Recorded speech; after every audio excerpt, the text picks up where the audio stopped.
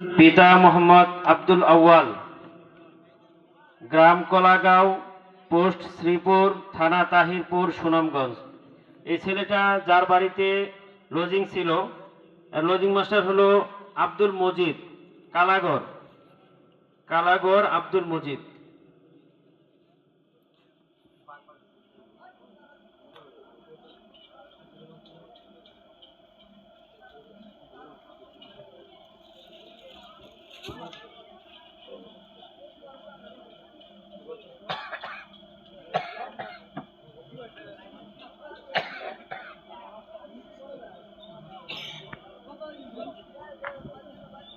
এরপরে দস্তরবন্দি গ্রহণ করবে হাফেজ তারেক মিয়া।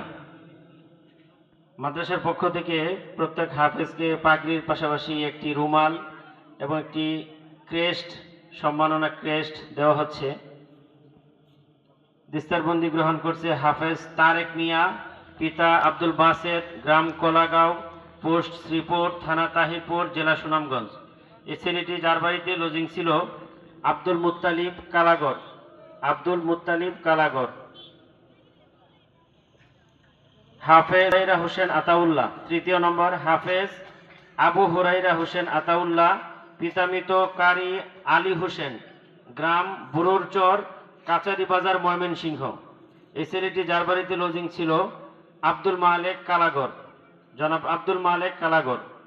সম্মানিত উপস্থিতি, জানেন যে এই ছেলেটির ভাই এই মাদ্রাসার যে হ্যান্ডবিল